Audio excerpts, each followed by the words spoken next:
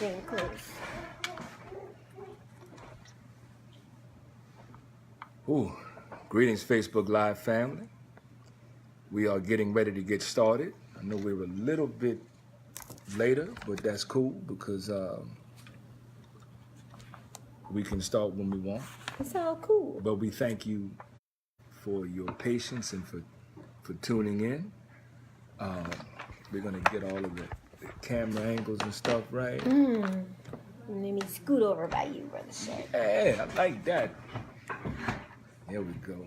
I think we're good on both of them now. So what's going on, Facebook Live family? Hey, Rain. What's up, Queen? I always think about you all the time. Yeah, this is Brother Shaq. Mama Fire. True Love Movement for True Love Movement Tuesdays this October, what's today, the 30th?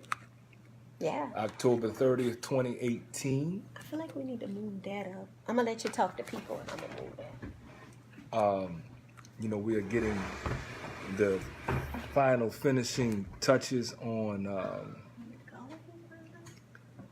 what's that, Queen? I was trying to see will it even come. There we go. Yeah, you see what I did, how I reversed it I see. so that it shows. I read it the other day. I was like, hey. What was that about? We wanted to make sure that the love was positioned right. Shout out to everybody joining us in on the Instagram and also in the Facebook Live feed. We're gonna give folks a few moments to get in here. How was your day, Brother And Shay? join us. My day was long, and it ended up being very productive and gratifying, but very long overall. Got off to a little bit of a rocky start, and that was my doing. And then, you know, it found its way, and I just walked in the door. Sure did. Literally just walked in the door. So give thanks. How about you? How was your day? I heard a little bit about it. I Yeah. kicked it off with you. Yeah. Hi, Katrina. Hey, what's happening, Katrina? I don't want to talk about it. And that's fair. That's fair. Yeah. But let's just say it was enough that you don't even want to talk about it. Yeah, and talking You know. about it don't change nothing. Right. And I know we all have days like that. And believe it or not, we have days like that at True Love Movement. Hey, Natasha. What's happening, Natasha? We got Rain over there. We got No Time Now 94 joined us for the Instagram. We got Shantice also. Oh, yeah? Yeah. Hey, what's happening, Shantice? I see you now. So, yeah, we coming to you live on Facebook Live and also on the True Love Movement page live. We'll tell you just ahead of time, this is going to be a very, very important show. If you've been watching True Love Movement Tuesdays for a while, I had somebody text me earlier and say, I didn't miss it, did I? No, you didn't. And we appreciate that. That made me feel good because it tells me that we're reaching people, and we're reaching them at the 9 o'clock hour on Tuesday, every Tuesday at 9 p.m. right here, live on the True Love Movement page and on both Facebook and Instagram.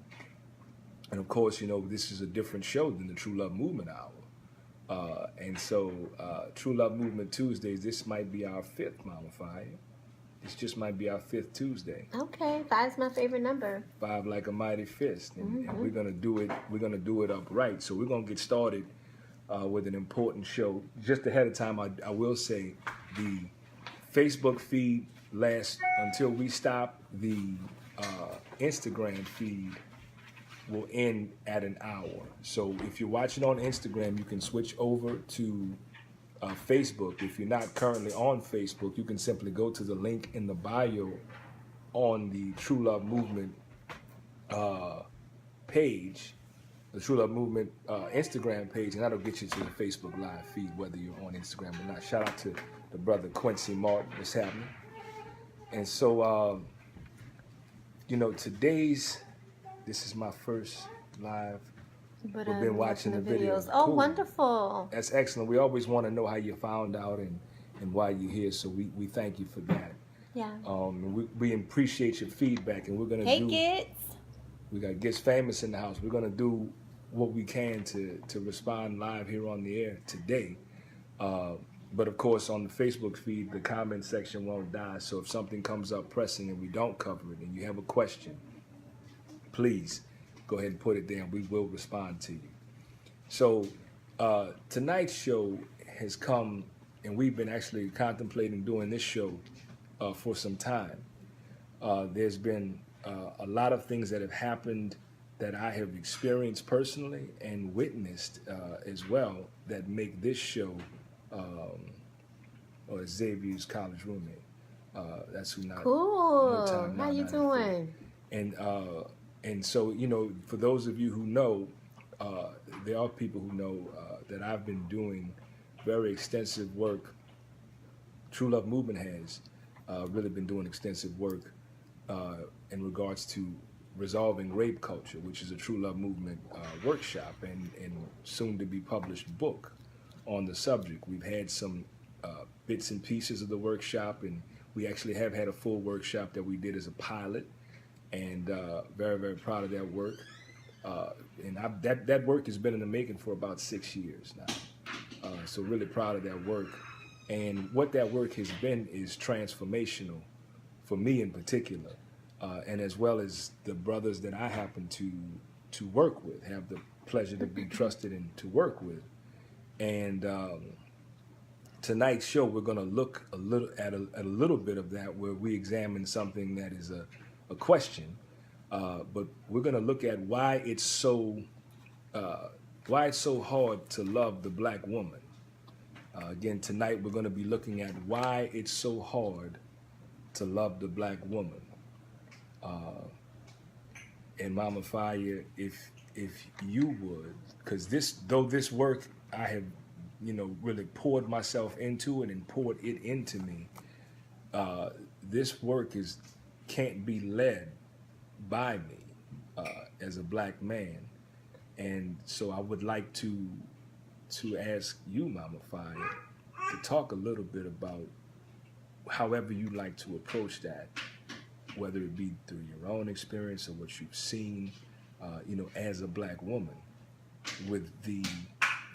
as it relates to being lifted up, your humanity acknowledged, you know, being loved unconditionally, those kinds of things, you know, just as someone who has that political designation of being both black and a woman here in America. Yeah. So you saying that you can't lead it, but you can. I think it was led because of the work that we've been doing. Mm-hmm. No man is going to be, I don't think, come into the understanding that his ego or is from patriarchy. I don't think you're just going to look in the mirror and be like, damn, I treat women fucked up. Right. You know, I don't think that it happens like that. I think it happens through a very loving relationship, either mama, sister, you know, daughter, wife, girlfriend, whatever, to gently show black men a mirror. Right. And so this work did not come from you. This work came from our work together. And so, of course, it's being led by us too, right, because of your bravery to be like, man, as a black man, I have to say this. I think that's important for black men to speak on black men not treating black women respectfully. Humanly. You know, humanely, fairly, with justice, with respect and love. And so, of course, this is something that I understand fully because I've lived it all my life. And really, the question is, why is it so hard to love the black woman? I think the black man need to answer that. That's right. That's right. Yeah, I mean, it would seem that today, for example, I was talking to some brothers, and you know, we were listening to each other, and what I was thinking about, you know, how Bell Hooks talked about, you know, particularly when it comes to, you know, mental health and mental wellness, for black folks, that's logical, but that we have to do the inward work. You know, we do the inward work before we can even do the outward work. And a lot of that has to do with this organizing and leadership work and that kind of stuff that as black men we are doing. And then while we're doing it, we're adding to the oppression of black women simultaneously because we're bringing our white-mindedness into it. And so I really understood that, intellectually, but through the process of doing, cultivating the resolving rape culture work, what I've realized is not only is there this white man or this whiteness in my mind, but I found once I looked real good, I had some whiteness in my heart. And that's the part that I didn't see. And what I mean by that is that there are things that I feel and things that I as a black man, that I want, that are very, very white-minded or white-spirited or really control-oriented and dehumanizing as it relates to black women. And I'm talking about an expectation. And this isn't, and I know that I'm not special or unique because I've been socialized here in America with the rest of the brothers who are older than I am, and as well as those brothers who are younger than I am. And a big part of our socialization tells us that black women are supposed to always be under control. Under control. And I want you to think about the language on that. We're talking about under something and control. And that if the black woman finds herself out of control, it is a duty and an obligation for the black man specifically, because he has the closest proximity, to bring her back into control. Or, sometimes we'll say she's out of pocket, or, whatever, she's out of her place. Like there's a history about that we're socialized into without even knowing the history. And we're not deliberately doing anything. In fact, this is very normative behavior. I'm not sure what that is. I'll be right back. We got a little smoke alarm. I'm not sure what's hot, but we're gonna check that out. That must mean I'm on point. That's the ancestor saying that this is the ancestor saying that you're right there where you need to be. That we are dealing with exactly what we need to be talking about. When you got the fire alarm going off, or the smoke alarm rather, something is happening. But at any rate, the idea of the control, is everything good? Okay. If it goes off again, I think we need to. Well, we can just. If it goes off again, I'll investigate. But you know how the universe do. That's what I said. When it's really we right on, that something happens right on. Look, get set. This show is about to be lit. literally. But yeah, man, the history of a black woman being under control and being controlled in America is very extensive, and it's well documented and well deep, and very deep, but very seldom explored, because since it's affecting mainly black women, who's gonna make you? Who cares? Who cares, right? You know what I'm saying? Who cares?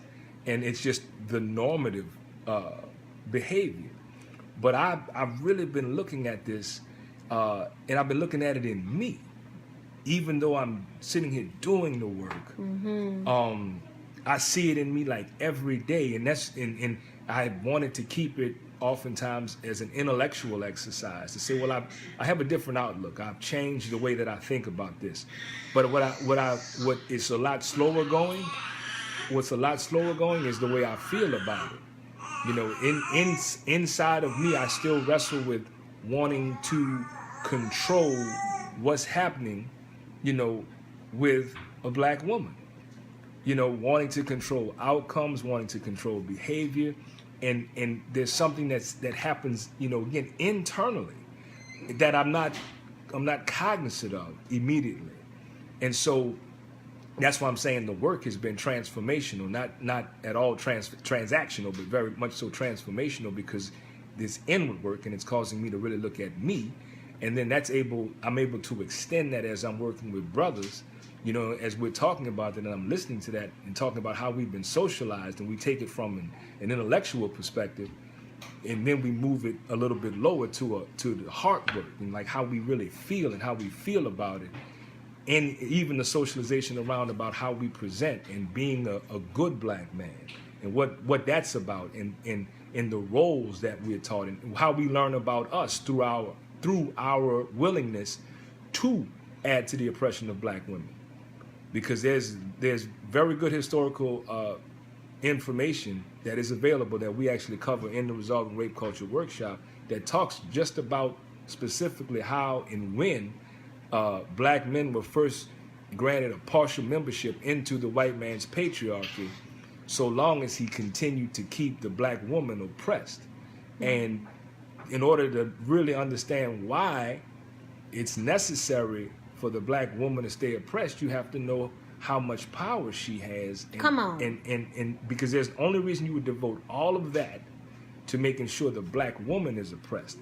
Patriarchy even has us talking about how the black man is the antithesis of white supremacy and white culture and all of that. But it isn't the black man, it's the black woman. Come on, Brother Shag. And that's come through analysis. That's not my opinion. If you look carefully, you'll find it, because everyone oppresses the black woman. And the black woman is in position to oppress no one. The most that she's able to do is oppress her children up to a point. I had written that down. I want to say this, Brother Shag. I want to thank you for being brave, because you are the only man that's speaking from your heart on this. If they are men who really champion women, it's more like a thing, like what people are doing now. And you got to be woke and you got to know this. You are actually putting yourself out there and saying, "I was thinking this way." Absolutely. And today, it's still there. That's real. Right. That's real.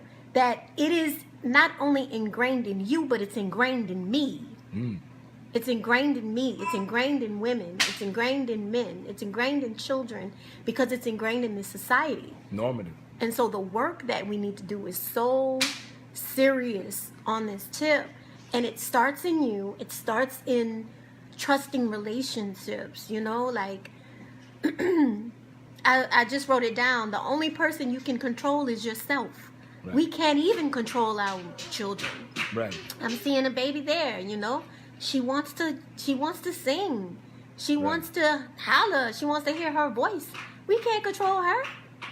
There's a 5-year-old you can't control, because you tell them do good in school, you know, and they cut up. You know, you can't control another person. Wanting to control anybody is a sickness. Boom, it's a sickness. And wanting to even control children is a sickness. That's right. And we all have to understand that the only control we have is ourselves, and that's wonderful. Right. That we can control. A lot of people trying to control women and don't even control themselves. Right. Don't even really know what control is. Right. And I wanted to add too, Mama Fire, that the other part of that, and just to round out that whole thought, is not just the desire to control, but the perception that there is check it again. Something right.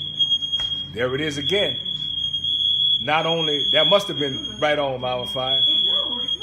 The need to control. That's the part I wanted to bring into. The need to control. Like, we're not just wanting to control from an intellectual standpoint, that there's something that happens inside of us that we've internalized about who black women are specifically. And that because of that, we recognize that there is a need to control her specifically.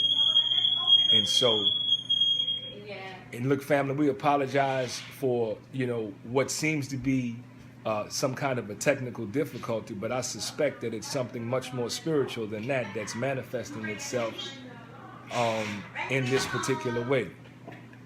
But as I was saying, the other part was not simply wanting. Tracy Elizabeth says we're on fire. Shout out, brother Chris, for joining us. Thank you. So what we are saying, what I'm saying here right now in this moment, as they're looking at some things, is that we have a particular need to control black women. That there's this presumption that black women, in fact, need to be controlled, and that there is a long blueprint for that, and it is part of the culture of America that black women need to be controlled, and to the point where black women are also very cognizant of their behavior, to where they are measuring in their head about, should I say this? Should I say this like this? Is how are people going to receive what I say? How am I expressing myself? And so you have black women policing their own thoughts. Then you have other people outside of them policing their thoughts and their words.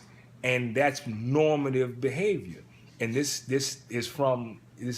transcends economics. This transcends everything. It doesn't matter if a woman has degrees and she's a 6 or 7 or 8 figure earner, or we're talking about a sister who is, on the street, as a sex worker, and every kind of woman in between. There is an understanding that she is to be under control, and that control is under someone else has control of her. And I don't want y'all to think that I'm talking about something that's, really, really deep and heavy. But, we were watching the other night Black Dynamite. I don't know if y'all familiar with Black Dynamite. It's a classic. It's a classic, and it has some funny parts. But the whole idea of the pimping idea, you know what I'm saying, and that the woman who's selling her body needs a man to control how that goes. Mm-hmm. You know what I'm saying, and even down to the language. I remember, I think it might have been the Mac. It was some black exploitation film that I remember coming up, and the brother said, "I'm a hoe taming motherfucker." Now he's a hoe taming, so that's suggesting that the woman, she's a hoe and she needs to be tamed. Like, regardless of how the language goes, the premise is that she's a woman, she's got a womb, she's a black woman, she needs to be controlled, because black men aren't trying to control white women. And not that they should have anything necessarily to do with white women, but I'm just saying that the only people that black men can do that with are black women. And there is a desire based upon how the dominant culture has set this thing up where, black men, I remember many years ago, for the brothers who were part of that workshop we did, we were looking at, we talked about our white daddies. We talked about where a black man has learned about manhood from looking up at his white daddy, all the way from the plantation, that the aspiration in what it is to be a man and how a man behaves and what a man does is rooted in the dominant cultures, particularly the black man looking up at and looking up to the white man. And I'm talking about from the plantation on to current times. Even when we're talking about dating white women and engaging with white women, most of the time when we see this happening, particularly with the celebrities and that kind of thing, it's the brother just trying to tell the owner of the team, "Hey boss, I bought one like you, that I'm like you." We really are pursuant of that as our vision of what manhood is. Right, because woman is an object. Correct. White or not. Right. And I think you said that they not controlling the white women. I beg to differ. Okay. They're easier to control. Okay, well, I wouldn't know. They're easier Hold on, let me check on it. All right, Brother Shaq gonna handle that. That's a trip. This has never happened. Never happened. I know what it could be. But I'm not trying to talk about white women, what white women do, whatever. But I think a lot of the time they're easier to control. And somebody can answer that. Somebody that has dated white women, somebody that understands about dating white women, because we don't really know. For one, and then Gets Famous says, when the power of love outweighs the quest for power, that's peace. Right? Like, this is about power. Yeah, I'm going to say that again. When the power of love outweighs the quest for power, that's peace. And truly we talked about no one can control you, and no one is coming to give you power. No one is coming to bestow you with power. It's about finding what's the natural human power that we all have. And power to have self-control, power to have self-mastery, like looking at it at a deeper level. We want this real shallow control. We want to try to control another person, and then the question today is, why it's so hard to love the black woman? And Brother Shaq, comes up with these titles sometimes, and there's no answer. There's no answer except because she doesn't love herself, right? I mean, she doesn't love herself, so it's definitely hard to love her, or for her to love anything or anyone without loving herself first. Now, that's one aspect. The other aspect is, it's not hard. It's not hard to love a black woman. It's very, very simple when you love yourself. You know what I'm saying? It's simple to love someone when you love yourself. And that's just the basic premise of loving someone outside of yourself. You have to understand, what happened. You have to understand the humanness. You have to understand the beauty and the depth of any other human being. So is this a trick question? Well, no, it isn't a trick question. I would like to add to that, or offer this, that in my analysis of why it's so hard to love the black woman is because loving her requires that she be loved unconditionally. And so, black women can be loved so long as they're willing to be controlled. That's been the normative narrative in the history as it relates to black women, that black women who are loved are black women who acquiesce. And that if a black woman does not want to be controlled, if she refuses to be controlled, then she is not lovable. You see what I'm saying? And so it's the conditional loving that's offered to black women. That's the part of the conversation that's not there. So that's what I'm saying. Black women, it isn't, you're right, it's not hard to love black women, but in the way the dominant culture, the way we've been socialized around black women are supposed to be a certain way, and then we're supposed to help make sure that they be that way, and that if they will do that, then they get to be loved. But only so long as they'll do that, and when they want their humanity and their personhood and those kinds of things, well, we don't want to have nothing to do with them. That's what I'm talking about. And most of the time, from what I've experienced personally and what I have witnessed, that is a big point of tension and contention between a black man and a black woman, is when the black woman is asserting her humanity. That's when there is a problem. And it's a visceral reaction. What it does is it says that we have an understanding that she don't have no humanity, that she is a possession, and she is an object, and she is to be controlled. And so as long as that's going on, she's good, she's lovable. But when she decides, wait a minute, what about my humanity? What about what I want? What about my needs? What about my desires? What about my thoughts? Then suddenly they're not so lovable. They're not the kind of women that we want to love. They're not the kind of women deserving of love. And so that's part of the normative behavior. And of course, it's not challenging. Like the brother said, Brian, he says, due to you said white women are more submissive. Okay, and that's a generalization. But that's the reason black men date out of their race, because, and so even him acknowledging that white women are more submissive, what that also says is submission is desirable. That's what's wired in our thoughts, that we are supposed to conquer, and that the woman is supposed to submit, like she's supposed to submit. And so we're not even interrogating or challenging, why do I think that way? Or better yet, why do I feel that way? Because even when those of us say, that's not right, nobody should be submitting, we still are looking for that, and we still are expecting that, we still feel like that, because we've been socialized like that. And then we disconnect from our feelings and keep it an intellectual thing. But but it's still happening, and that's what's guiding our behavior. It's not really our thoughts, it's how we feel that really does guide our behavior.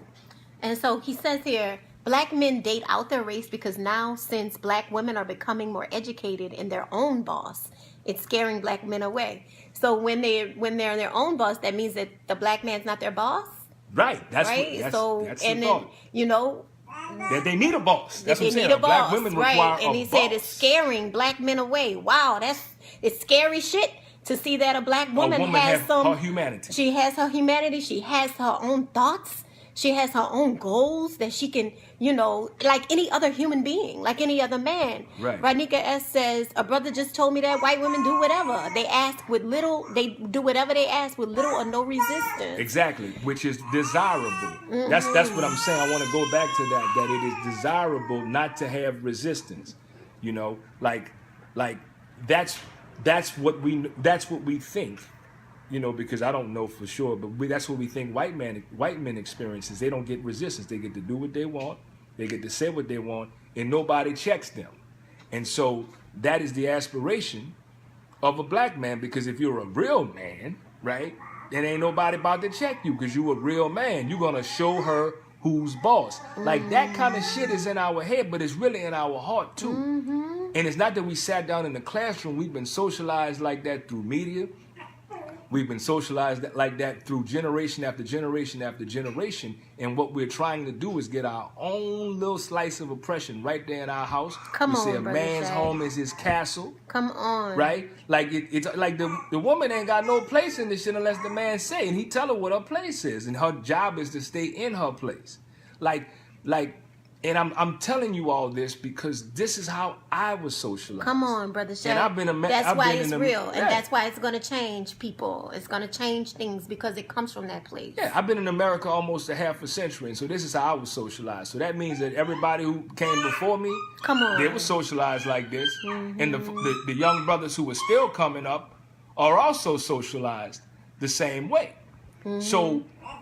So the only solution or the only turnaround or the only change has to happen inside the hearts of good black men in terms of lessening the oppression on black women. Yes. But before we do that, we have to even be able to see that it's there because it's set up to be invisible. It is normal and normative behavior here in America that we all, not just black men, but we have all, including black women, been socialized to a point where the woman is looking for a man. What they say? Remember that rap? She got a good team, but she need a new coach. See what I'm saying? She need to be controlled. She needs somebody to be in charge of her. And of course, we're teaching our daughters, we're teaching everyone that because we learned that from somewhere too. So I'm not having a judgment on it. I'm saying let's have an analysis and look at how we've been socialized and the damage that we're doing, even if we're not intending to do the damage.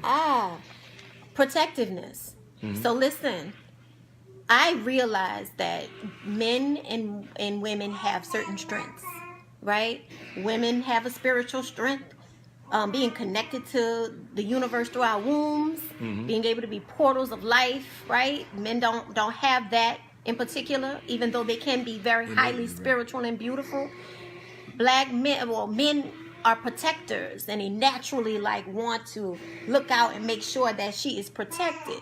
But see that protectiveness where you can't go nowhere and you can't wear this certain outfit or you can't do this and that, that's different. Right? So people using, you think you're a good man and you telling her, listen, I just want to protect you. I want to make sure that you're going to be okay. But you also stopping her from living her dreams. You telling her, oh, no, you can't go out and do that. Nah, you can't. You know? And so under the guise of being this wonderful man, there's still patriarchy down in there, you know? And even for men who look at it, even for women who look at it, this is so pervasive. So even the protectiveness, Christopher Williams asks, is conditional love real love? And so listen, I have a very unique idea about conditional love. I really feel like the only unconditional love that we can give is to ourselves. The only unconditional love we can give. we can try our hardest to give it to our children, but the way we were raised, We've been raised with conditions. We've been raised with conditions, and we're blocked into a box a lot of the times, not even realizing. Like, we have to really do some serious work in the mirror, some really self work to say, dang, am I treating my children, conditionally? Like, you have to eat this. You have to, go to school. You have to, hey. So the real love that Chris is asking about is the true love that true love movement talks about. Right.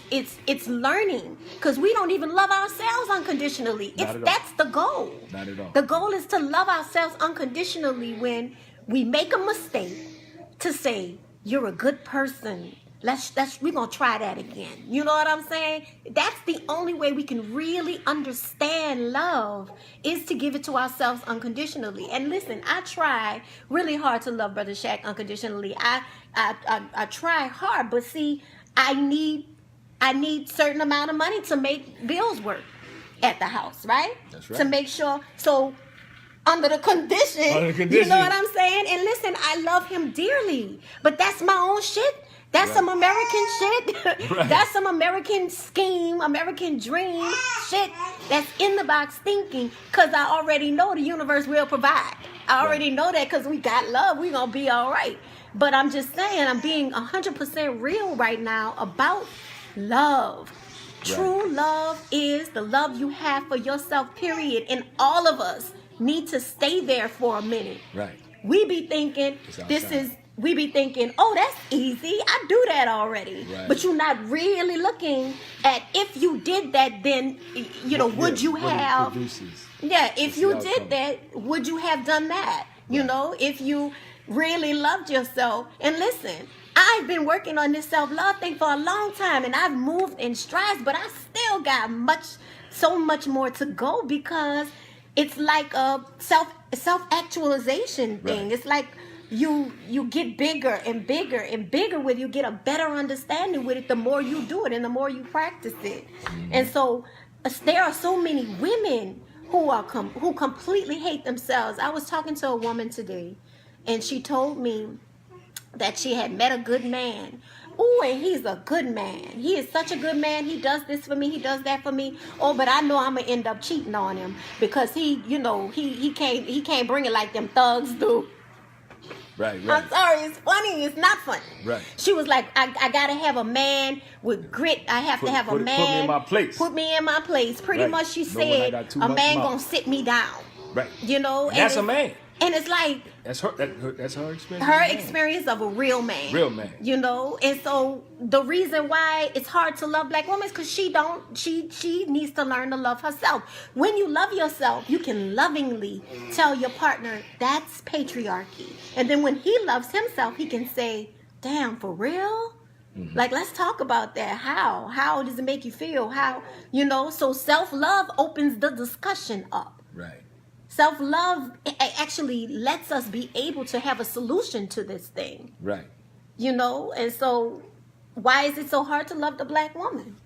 Well, I've been fighting with the white man in my mind forever, the white mindedness. I saw that and I said, I got that, man. Look at this shit. I keep seeing this shit. I'm seeing this shit. So I'm understanding the white man is there. So I've been fighting with him so long, he done ran clean out of my heart, and that's where he at now. I've discovered it in my heart. Like, I got this white man shit I'm wrestling with in my heart, this assimilation, this mimicking, this all of this. Like, it's in there because I have these expectations, and the expectations I have is that the black woman has a certain role, has a certain understanding, that she has a certain function. That it doesn't have anything to do. Bob Bell said it, white daddy. We were doing that work years ago, and brothers looked at me like I had sold clean out, man. I'm all RBG revolution. I'm talking about your white daddy. Till I gave him the analysis on it, and then not one brother argued. We don't want to think that we get this stuff from trying to mimic the white boy. We want to think that we all deep and we are, revolutionary, and that we're evolved and all of that other shit. But the way we've been socialized, it's in our heart, and we try to stay away from the heart work. We keep it all intellectual. We keep it upstairs. We keep it down in the root. Right, or we keep it down in the root chakra where we just trying to survive. You know what I'm saying? And so you using people. So when absolutely, you're trying to survive, you're using people. So black women ought to be extracted from. You know, like when brothers, and I've had this conversation with many brothers, because there's a long history of the black woman's function to be taken from. Everybody takes from the black woman, and that's just what you do. So me and some brothers, we were outside on the corner, we were talking or whatever, and a sister walked by with a nice booty, and I'm gonna say booty because that's a gift. Wasn't that the prize? The booty was for pirates. The booty was for pirates. Like is what they would win. The pirates win the booty. Like, and the black woman has been reduced to a body part, which is a booty, which says that's the prize, man. That's the prize. And so we see the sister walking by with the nice big behind, and everybody stopped talking. We couldn't even finish the conversation, and everybody looking. I said, okay, now listen, brothers. I want to ask a serious question. Now, when we saw this sister walking just now, how many of you were saying, man, I wonder what I have accomplished in life and what I'm doing already that can help that sister reach her highest self? How many of you were thinking that? Nobody. You know, the brothers laugh because everybody was thinking about what they wanted to get from the sister, what they wanted to do to her, what sister, they want to do to her, what the sister was good for. Nobody thought nothing about where she was coming from, what she might need, her heart, what experiences she's had. None of that shit. What she could teach him, none of that. She was stiff. So we are looking as predators. See, this predatory shit, we didn't come up with this shit, but get this from the dominant culture. We get this from our white daddy because he looked upon the black woman as something to extract from. And so everybody takes from the black woman, and no one is giving the black woman anything. Matter of fact, when she says she wants something, we said, well, you got to be strong, baby. You just got to be strong and hold on. It's going to be all right. Just be strong. Wow. You know what I'm saying? Yeah. And so that's important because we want the black woman to be strong and take that shit. And that's what she's supposed to do. And then we get mad with her when she just won't take the shit. Right. We get mad from her when she has a thought on something that is provoked by feeling. Yeah. By feeling. You know, when a woman says no. We don't even want to hear a black woman say no. Right. You know, as soon as she said no, I'm not doing this with you. I can't handle this with you. Then it's like, you know, yes. Then they won't fight. Yeah. You know, remember, October 30th is Domestic Violence Month. October is Domestic Violence Month. It's still October 30th. Right. And this has been all of October. Mm-hmm. The whole month of October. All these sisters been coming to me. Right. They don't know it's Domestic Violence Awareness Month. They're coming to me to tell me they're living it, and it looks very similar. It's these beautiful young black women with children, little ones, little children, and have lost their basic needs. Right. Has lost their basic needs. What the fuck? I'm thinking that, you know, universally, the Most High is telling me there's a lot of work to be done here. A lot of work, because even when I had my babies as little, I never, you know, I after the domestic violence relationship, I had to go back to my mama's house. Right. You know, but I had a place to go. I had a place where I felt safe. These sisters, they don't. They don't. So that means when that man exerted that power and put them out, they don't so you putting not only the woman that is your child's mother out, but the child. Mm-hmm. But the child. Right. What is happening here? You know, and a lot of the time it's because a woman says no. Right. Because she's not, the black woman ain't supposed to say no. You know, not at all. I want to even go back to the black woman saying no, because I want us to think about something from a historical standpoint, right? So on the plantation, right? We weren't there, but I've read the narratives from our ancestors who were there, and they talk about how the enslaved African man said that it was very customary for them to marry, even though marriages weren't legal and protected, but to couple up with and marry to the extent that they could, sisters who were on a neighboring plantation, a different plantation. And the reason was they didn't want to marry anybody who was on the same plantation with them because they didn't want to witness this white man violating their woman. I repeat, they did not want to witness the white man violating their woman. They didn't want to witness. They didn't say they didn't want the shit to happen. They just didn't want to see it. No, they didn't want the shit to happen. You understand? But Of course, still, they didn't want it to happen, but I'm saying they made a choice in terms of what the woman's worthiness was. Because, and that was very difficult times. But the reason I'm pointing that out, Queen, is because let's suppose on the plantation now, the sister is just violated by this slave master in the presence of the brother and his children. Well, you know, this black man, he getting urges all day, right? All day and night, every night. So let's say that night or maybe the next night or maybe 2 nights away. You know, he wants something. Come on, Brother Shay. He wants something. So he tell his sister, he make his move, and the sister say no. Do you think that what do you think he said? Well, all right, baby, you right. Or do you think he was more like, well, shit, you ain't tell the fucking white boy no. You ain't tell him no. So I got the bed. I can't have nothing, but he can have it. He can come and get it when he want. You see what I'm saying? Because that shit started a long time ago, right? That's part of the socializing from looking at the black woman and saying that she's something for me to get something from. That's her purpose, is to provide shit and to do shit. That's why she's here to serve and serve proudly and be strong about that shit. You know what I'm saying? Be proud of that you serving. You know what I'm saying? There's no humanity in that, none whatsoever. But now listen, I'm not demonizing black men for being socialized the way that we all have been socialized. So I don't want anybody to be confused about that. This isn't that black men are so bad and black men are inherently bad. Black men have been played, just like everybody else has been played in America. Black men have been awarded a partial membership into this white man's patriarchy so long as he keep this oppression on this black woman, because we know she's got to be the most powerful. Come on. She has got to be the most powerful. Truth. There is an urgency.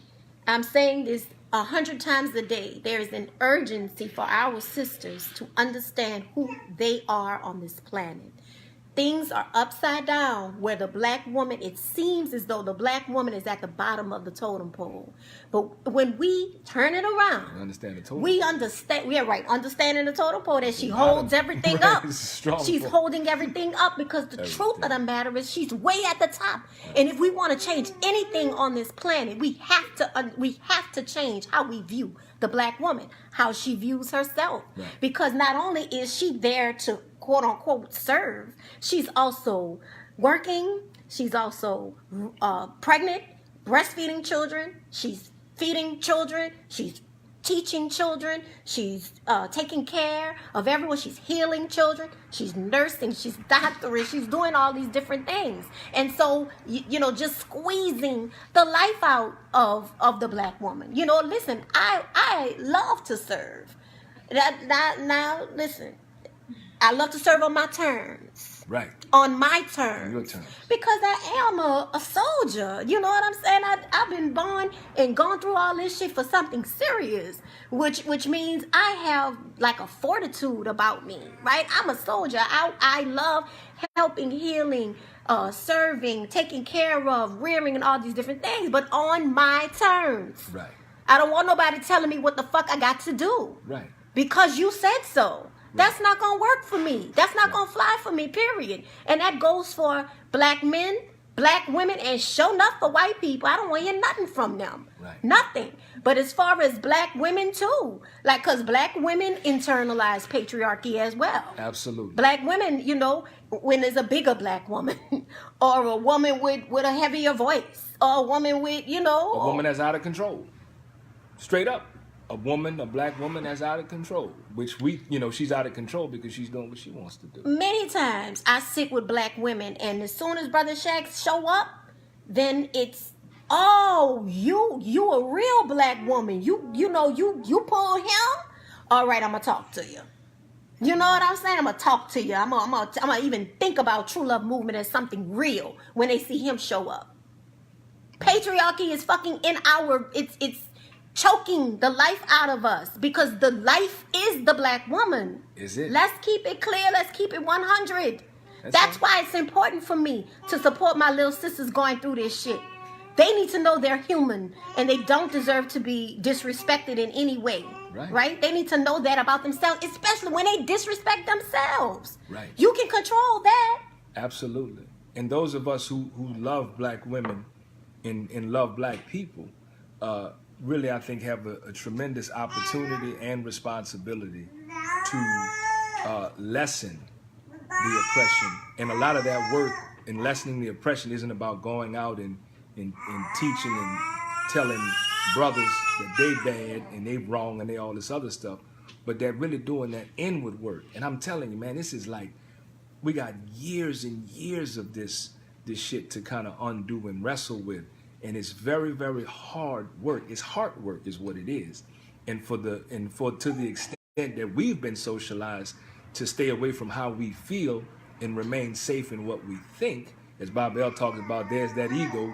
We've done a lot of work with that, and we got 10 times that more to go, because the ego has protected our fragile hearts. You know what I'm saying? Like, the black man is the most sensitive on the planet. I say that all the time because it's true. There's nobody more sensitive than the black man, because we feel everything. We give a fuck about how you looked at us. We give a fuck about what you think about us. We care about all of that, but we're socialized that we don't have feelings and we don't care anything about nothing. And so then when we find ourselves having this emotional response, we want to put something physical in the mix. We want to bring it back intellectual again. We want to cause the woman to submit because she knows she's supposed to submit. That's her place, because we're trying to get, hey, baby, remember your training. Remember your program. Come on, brother. You know what I'm saying? Like, you got that memo. You know what you're supposed to do. Why you trying to be different? Why you tripping? Why you tripping? Why you trying to be difficult? Right, you're being difficult. You know what I'm saying? Like, she's supposed to be managed and manageable. Like, the language tells the tale. And that's not intellectual. We've internalized this about who we are as black men and who black women are in the world. So the fear of black women causes us not to want to love them, because we're afraid that black women will do to us what we've been doing to them. No, come on. We think black women, so if we help black women gain a sense of their power, we think they're going to take that power. Just like white folks. Just like white, and take that power. White folks think they go the black people. And jam us up and mess all over us. And that's really not even in their nature. Never. But that's proof that we know the shit we doing is wrong. That's proof, because if what we were doing was right, we wouldn't be scared. If we thought what we really were doing was right, we would not be afraid at all. But instead, we don't want the sister to have no kind of power, because if she got power, then she gonna have power over us, to the point where we want to lay up there and ridicule and tease a brother if we think a sister has power over him. But we don't say it like that. We say he pussy whipped. So she still don't have the power. Her body part got the power. Come on, brother. You understand? Like, the woman still don't even get credit for that it was her pussy that did it. You see what I'm saying? Like, she don't even get credit for that. So we really think about these sisters in a very, very low way. And it's very normative, and that's just how it's always been. Yeah. And she just supposed to be all right with that shit. Well, guess what? True Love Movement is shifting this paradigm tonight, and let it shift. Yeah. And look, sometimes when a paradigm is shifting, we feel out of control. We feel like, oh, Lord, I got to grab onto the nearest thing. Let the uncomfort change you. Yeah. The discomfort. Right. Let it change you. And I wanted to say, too, I think that as women get a sense of their own power and come into their own, that's what's going to bring the planet back into balance. Come on. Because what has happened because of this persistent oppression. She is the original woman. Unique oppression on the black woman. Because of that, women are deciding that the way for them to get some kind of humanity is to become masculine. You understand? So they won't be like dudes. They won't be like men. And they want to lift up their masculine side and say, well, shit, I got to play it how the boys play it, because that's the only way I'm going to get some respect. And so now we got all this heavy masculine energy in the planet, moving around, tearing shit up. tearing shit up because it ain't balanced. Because the truth of the matter is there's feminine and masculine in all of us. Correct. And so women can't, it's okay for a woman to be masculine if she's also feminine, balancing it. And it's okay for a man to be masculine if he got his feminine balance. Right. And I think, Brother Shaq, if we could just vision for a second what love can look like, what black love can look like when two powerful people come together and decide that they're going to try this thing. They're going to try love, and they're going to do their very, very best to love and honor each other and decide to build something together, right? And so listen, we have all been raised here in America, so we got America on us. But if we could mirror each other, like if I could say, brother, that feels uncomfortable to me when you said that, and you could be like, what? And then when you say it feels uncomfortable, like that can actually happen. Yeah. Why can't that happen when we know the history and of the hurt that we've been through, right? But when we get into relationships, we want them to love us. We want to just sit back and be loved, right? We don't want to do no work. We want to sit back and be loved just to show up. It is work. Black men and black women, or black people, period, loving each other is work. And so we all have to be willing to change. To change ourselves, not to change the other person, because all the time we want to do that. Right, and also to demystify, debunk this nonsense about black men and black women being opposite sexes. That's a very, very dangerous presumption that black men and black women are opposite sexes. That bullshit has been in our head, ingrained in us. We hear about it as children. It is complete bullshit. Just so y'all know that. Black men and black women are not opposite sexes. If we know what opposing forces are, if we know what opposition is, that's what we're presuming, that we're some kind of opposition. That is not true at all. Black men and black women are complementary sexes. They're halves of the same whole. So this is the other part of you. So this is why we talk about loving yourself, and y'all want to act like that's some superficial shit. No, we're talking about deep. Loving your other self. It is the deepest You thing. can't love your other self until you love yourself. And that's where you know what that is. Now, look, I ain't trying to make nothing real complicated. I'm just saying halves of the same whole, the yin and the yang, like those things go together. They're complementary, and so they're incomplete when they're not together. They go together. They actually are the circle of life. So we have the information, but we also have the socialization. So we can't ignore that this is just not simply an intellectual exercise where we can have this discussion tonight, or I can write this book on it, or we do the workshops, and then it's just because boom, there it is. There is a lot of pain that we have accumulated and accrued as a people collectively in America that has never been resolved. And so we are looking for justice in each other. We are looking for it, but we're still exacting a lot of pain and shit on each other too, because we're not really taking it to the motherfuckers who did us in. That'll be another show. But we're really doing ourselves in because we are close to one another and we're hurting. We all, I was talking about this the other day. We're not the person that's in front of you. Like I am everything that ever happened to everybody who ever made me. Right. That's the culminating. That's who's talking to you. The culminating. That's who's talking to you. I am priceless. As can you elaborate on that? But we didn't know what exactly she's talking about. Right. We're getting ready to change from Instagram to Facebook Live. Facebook Live is still Instagram going. is stopping. I want to talk about what happened today. I want to talk about what happened to me today, and why it's important for us to love ourselves, but also have some kindness and understanding for the tender ones. That's and right. the reason why people are tender. That's so right. We only have a minute left on Instagram. Facebook Live, we still going. So if family, if you're on Instagram, we're going to continue this discussion on Facebook Live. That feed is up and it's running simultaneously. If you're not on Facebook, if you just go to the link in the bio on the True Love Movement Instagram page, it will bring you to the Facebook Live or the True Love Movement page, and you can catch it right there. We do thank you all on Instagram for joining us. We know that this will be up in the stories. You can share this. We can Please continue share the it. dialogue. We can, inbox or whatever the case is. And we want to hear from you, because I know we weren't able to get to everybody's comment during this fast hour on Instagram, but on Facebook, we're going to keep it going. So if you are able to switch over and you desire to stay with us, we would love to have you, family. So until then, I'm Brother Shaq. And Mama Fire. For True Love Movement on Instagram, Wholeness. Wholeness. All right. It's Facebook Live. We still here. Don't you go no place. It's going to get a little bit fuller. We hope our folks from Instagram are going to come on over. Yeah.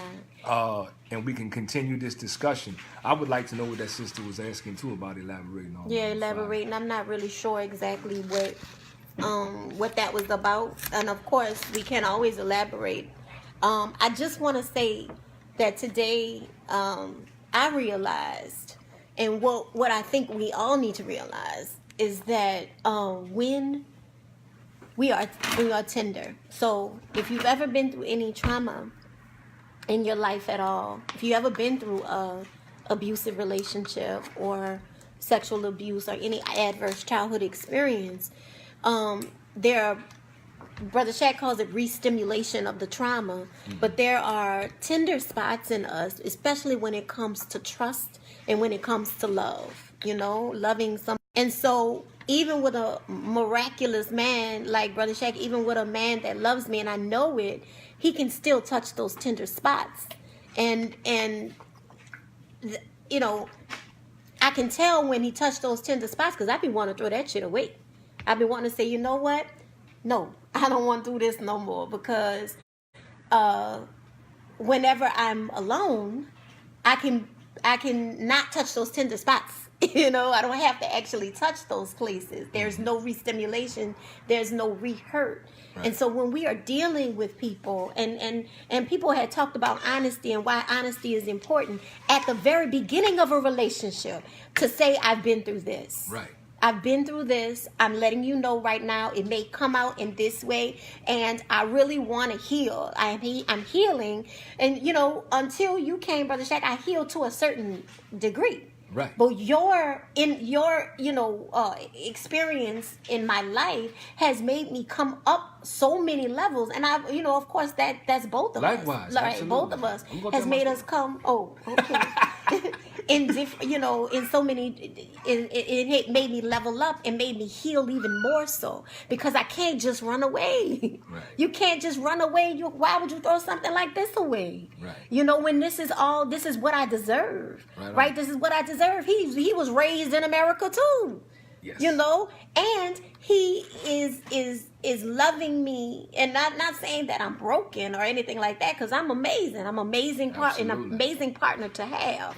But there are those tender spots, and so us identifying where those spaces are that's tender in us can help so much in communication. Mm-hmm. Can help so much. Like I can't stand when you say this or you say it like that, because that's demeaning and that hurts me. Well, no, how can it hurt you? I'm not trying to hurt you.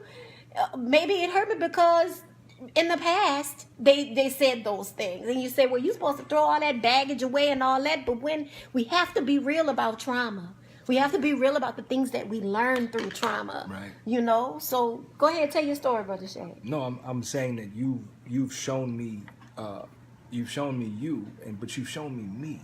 Like when it's right, you've held that mirror up for me, and I couldn't see myself like the way that I have seen myself, since our time, and growing over the years exponentially, because that round the clock, you know what I'm saying, and it's challenging in a very beautiful way, because I want to see what else is in there, and what my best self really looks like, not for my ego, but for my humanity. Like to get my humanity back. Because in getting my humanity back, right now I've been working very diligently on compassion. And of course in our work that's critical, but having compassion for myself. You really, we are so hard on ourselves because we've been taught that, you're supposed to take it, that You black, you got to be strong and fuck all that. You ain't got time to be feeling all that shit. You got to go hustle. You got shit to do. Ain't nobody got time to be crying and all this other bullshit. So we're taught to ignore, what's real, the truth about ourselves. And I need to give context to that too, because I'm not just saying that like that's some shit that's happening.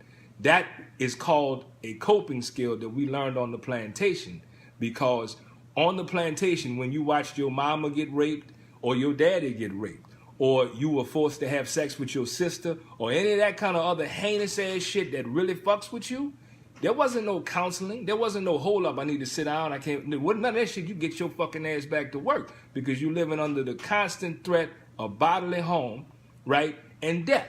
So that's when I say that on that plantation we had to give up some of our humanity to survive that. That's what I meant about coping skills that we learn. So we learned not to deal with shit. And so because we couldn't deal with shit, so now that we are in a position where we have to sort of deal with some shit, we have nothing to draw from. Mm-hmm. It doesn't mean that we are bad people, but it just means that we lack some coping skills in reclaiming our humanity. So that's why we do a lot of the work we do. And it's difficult work, because we're working through our shit too, because we got to do inward work in order to be able to do the outward work. Yeah. And that is a constant thing. I mean a constant thing. Sister Charlita was Mama Charlita talking about think about that. Coping skills. Like that was the coping skills. Mm-hmm. Like, in other words, to this day, our pride as black people is that, motherfucker, you didn't kill me, or you can't kill me.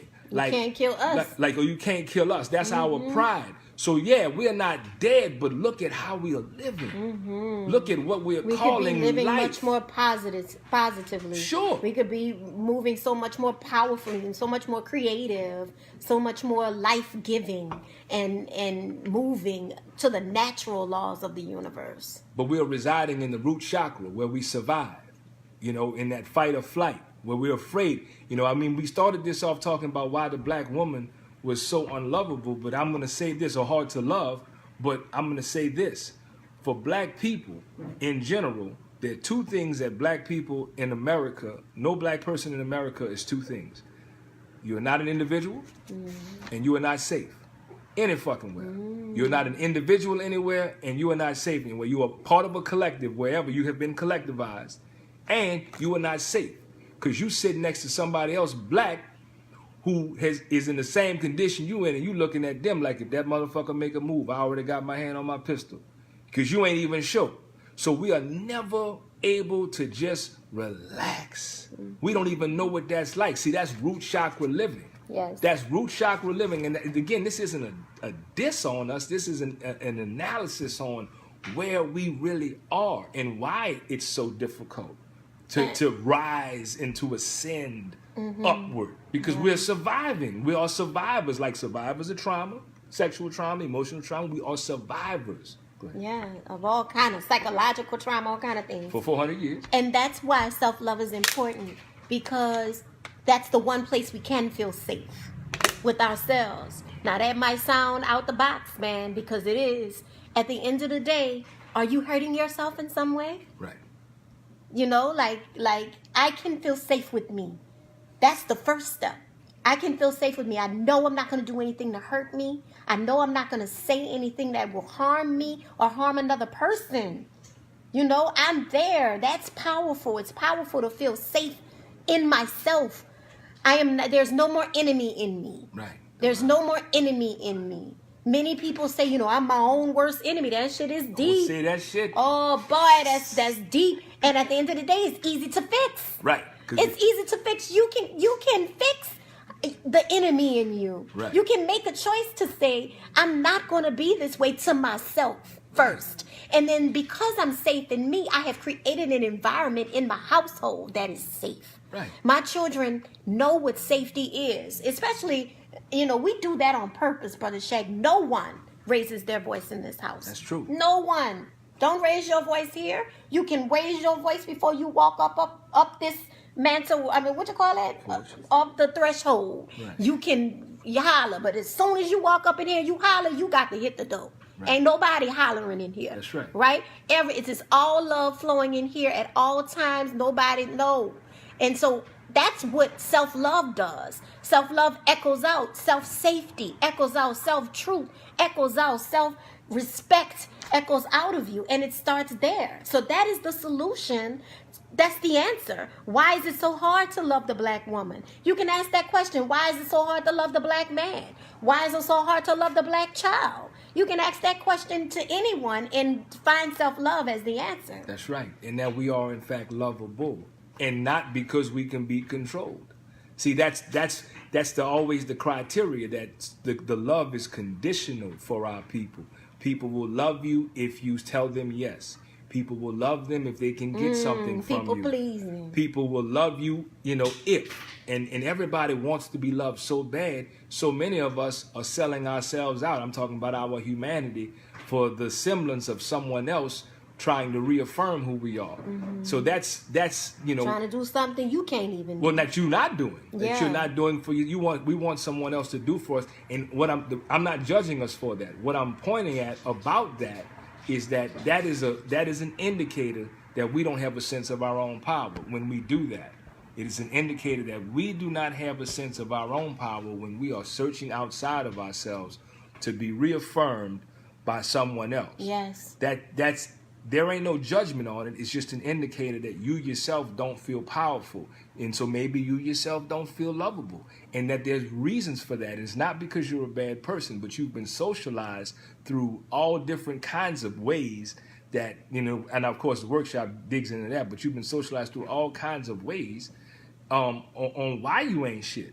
And that you ain't ever supposed to be shit. That all your whatever you are is because of something outside of you or something on you, but never because of you.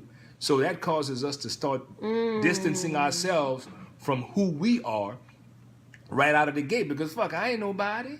And then we're fascinated and enamored by other people because we see something in them that resonates with us, but yet we don't recognize it in us. We see it in them, and so we're attracted to that. We want to be around them and around that, and we want to please them. And we want them to, reward us and say nice things and all this other bullshit. And because we're having the absence of it, because we don't recognize ourselves. We see them. And this is something we can fix also. That's the self-love work that we're talking about, that, again, people don't necessarily understand because they want to make this transactional. Self-love is not transactional. You're not going to be able to hashtag your way into that shit. You're not going to be posting that you're loving yourself and this is self-love, because that's just transactional. I get what you're trying to do and I get what you want out of it, but when you love yourself, that is a transformational process. You are transforming. You are actually changing form. And you know what that form is? It's called human form. It's humanity. Yes. You are reclaiming your humanity. And you're not asking for anybody outside of you, even though it should happen, anybody outside of you to give you humanity if you give it to yourself. It's not conditional. To even prove to yourself that you are human. Right. And so what's the trip? We're talking about why is it so hard to love the black woman why is it so easy to hate her? Right. Why is it so easy to hate her? I think about all the black men who hate black women. That's right. Right? They want black women. They want to have children with black women. They want to have a boo on their arm. But they hate black women. They hate their mamas. They hate their sisters. They hate, their grandma. They hate whoever. And so identifying when, you actually hate someone. Identify when you hate yourself. That's right. And identifying when you hate the complimentary or whatever. Or where you come from, because we all come from the black woman. What hate looks like. What is the proof that hate is happening, right? I think the proof that hate is happening is when you don't listen to a black woman. When you just say, shut up, look pretty, do what I want you to do, and I'll pay the bills. You know what I'm saying? Like we don't even realize how that's hate. When a black woman can't say and can't be who she is. Right. When you're saying that, you're not good enough. You're not good enough just the way you are. And what you say, oh, that's garbage, just shut up. Or, a woman's supposed to be pretty. You ain't supposed to be smart. You ain't supposed to, So there's a lot of hating black women going on. There's a lot of black women hating black men. Right. When I realized that I hated men, a lot shifted for me because I was raising black boys. I was raising black boys, and I was looking at them as, oh, my babies, oh, they're babies, and they're so great. Right. But they was one day gonna be men, and I realized I hated men. I had a lot of work to do. Y'all, Brother Shaq and I is not coming from the perspective of we high and mighty and we know every damn thing. This is what we learned from doing this work, and we're sharing it with you. We're sharing it with you so it can spark a paradigm shift in yourself, and your work can start. Right. Your work can begin. We need you well. Right. It's an urgency, not for, it's urgency for me to get my sisters' mind right about themselves, because then maybe we'll stop making the mistakes over and over and over again, wasting away because we're trying to achieve love outside of ourselves. Right. And I wanted to, as you were pointing out how the black men, hate black women, actively hate black women. There's a lot of socialization that goes along with that, but a great deal of that is experiential. But it's done without an analysis. So, for example, the kinds of things that cause black men to hate black women usually have to do with things like mama issues. Like if your mama, you had a certain kind of relationship with your mama. I said the other day, there are dudes, the brothers who say, man, my mama used to have all these cats running in and out of the house and telling me what to do and shit like that. And they got a different dude in there every weekend. And, she up having sex with dudes and all, brother go to school and he act up, and come to find out that's what's have a whole lot of respect for his mama, because he figured his mama is she's not a righteous kind of woman. She got all these men coming in and out the house, and what is that about? What kind of way is that for a woman to get money from these men and all that? What's that bullshit? That's his take, that's his perspective. So what he doesn't know is that that's how she's decided that she's gonna get the bills paid. That's how the lights and shit stay on. That's how he get them new Jordans that he wanted, because she ain't got no money. That's how all of that kind of stuff happens in that. So she's got these children that she's trying to take care of through using these men, because they are objectified. The women understand that the men are interested in getting something from them. So she is got to get what she wants. It's very transactional. Now, then you say, well, why would a woman do some shit like that? Why would a woman be with all these men and having sex with these men and getting money from these men, paying her bills? Why would she do that? Well, maybe let's look at her history. Let's look at the kind of relationship she had with men growing up. Let's look at the relationship she had with her father. Let's look at what might have happened with her in terms of someone sexually violating her at an early age. Let's look at what she knows about establishing and cultivating healthy relationships. Like, let's look at all that kind of shit to where we have a better understanding of how she came to be in that condition. See, that's not what we do. We look at the woman, we don't know nothing about her story, and we judge her very harshly for it. You see, we don't recognize and accept that a woman was made the way that she was, usually by a man, usually by a black man, usually by a black man that don't like fucking women. You see how it's a cycle? So the brother don't like the woman, so he said, man, fuck that bitch. I'm gonna do her how I want to do it, because she ain't nothing but a bitch. And all the music say, a bitch ain't nothing but a word to me. Come on. You know what I'm saying? Like I tell all these hoes everything bitches, but the truth. Those. Like this whole deal, like, keep her in a place. Like this is part of the socialization.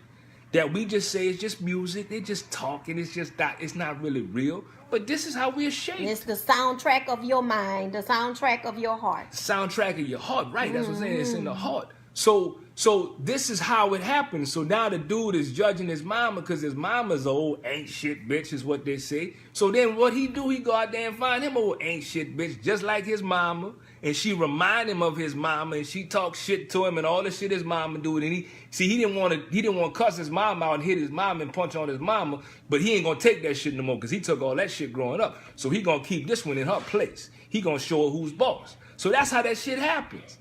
If we look at the history, and this what I'm talking about ain't like one case, ain't like one group of people. This shit is so normative that it ain't funny. And I don't want to put it all on the dudes because the sisters are having these experiences too. That's right. You know what I'm saying? Like they are looking for daddy, right? Mm-hmm. Now daddy wasn't around, but she don't know, you know, daddy and mama wasn't supposed to be together. And they had a very, very volatile relationship. Daddy had to go. Daddy couldn't be around. Daddy might have got locked up. All kind of shit. Mama said daddy ain't shit because daddy left me with these fucking children. And now I got to get out here and turn tricks to keep the lights. You see what I'm saying? Like this is what we're doing to each other because we're operating from a hurt place. Mm-hmm. We're not recognizing that we are not well going into these things. We are looking at the other person as a come up. Yeah. And particularly black women. What can I use? What can I get? Utilize? Let me get that out here. Yeah. We ain't talking about what can I add, how can I be, and in order to talk about adding value, you have to have a sense of what your power is and capacity to do that. Mm-hmm. And if you haven't investigated that or interrogated that, that's because you're operating from a place of lack. And if you're operating from a place of lack, you're operating from a place of lack and you're in survival mode, you're looking to get what you can get, whether it's a nut, a bed, a bill paid, whatever the fuck it is, because everybody else got it, I ain't got it. Come on. You know, and it might end up a child. And when it's a child, it's perpetuated back round and round and round and round. Here we go again. Who stops it? We do. Right. We stop it now. Now.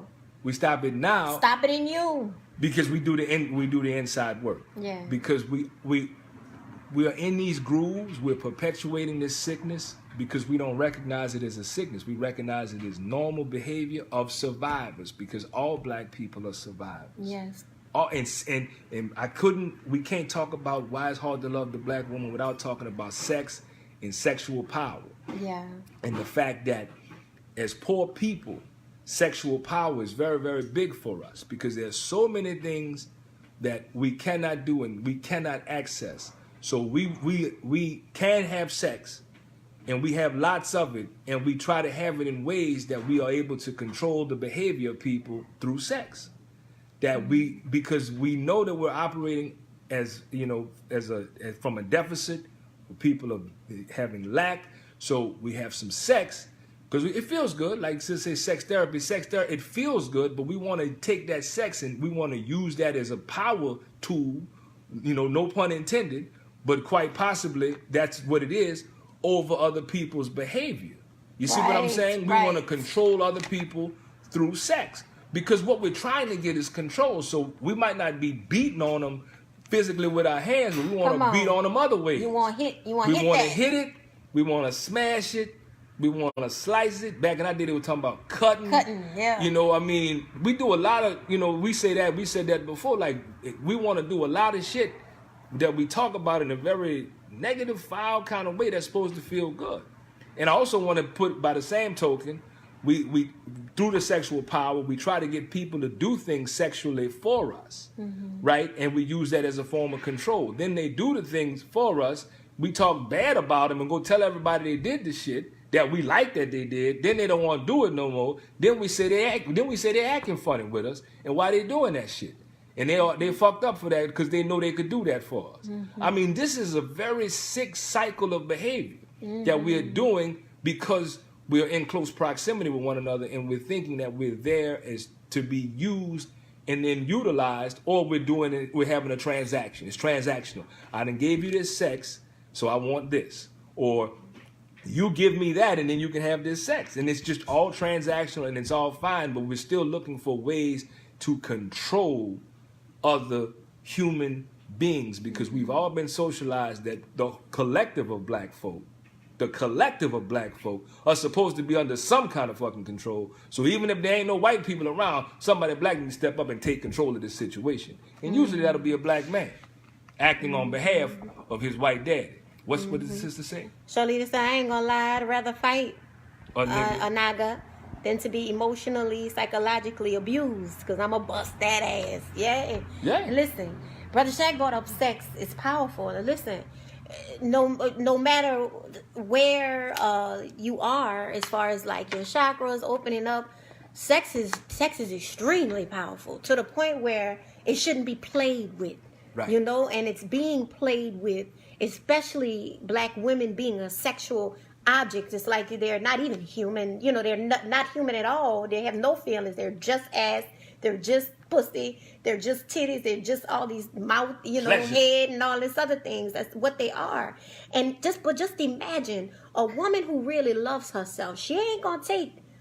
She can filter through who really loves her, or who can potentially love her, right? When a woman really loves herself, she knows what that looks like. She knows what that feels like. And if a man coming incorrectly, she gonna spot that, right? But when a man who is loving himself, or has learned and is on the journey of loving himself, sex is magic. Please know, sex is sacred and magic. Many of the things that Brother Shaq and I have manifested has been through sex magic. And the thing about it is that you have that right. Sex is a beautiful thing. Sex is a natural thing. Right. But when it's bastardized, when it's transactional, when it's when it comes from a hurt place, because a lot of the little sister I was talking to earlier said, that good man, he nice to me and everything, but I'm going after a thug because he could lay the pipe right. Right. That's what you want, sis? That's all you want out of this? I think of y'all fucking like pornos, but when we decide to actually make love, to make love, exactly. You have got to love yourself to make love. You gotta have something. You think you making love now, but once you love yourself and you make love to someone who loves themselves, you have transformed the understanding of making love. Right. I wanted to also address the aspect too of what we think about children in terms of bringing children in through sex, because that's how they come. Come on. This idea. And that's, oh Lord, we're going to create some geniuses making love and making babies like that. But we're definitely not having conscious conception, as Sister Midwife would talk about. Definitely not doing that, because we're operating from a deficit and we're trying to control a motherfucker. So what we're doing is we're...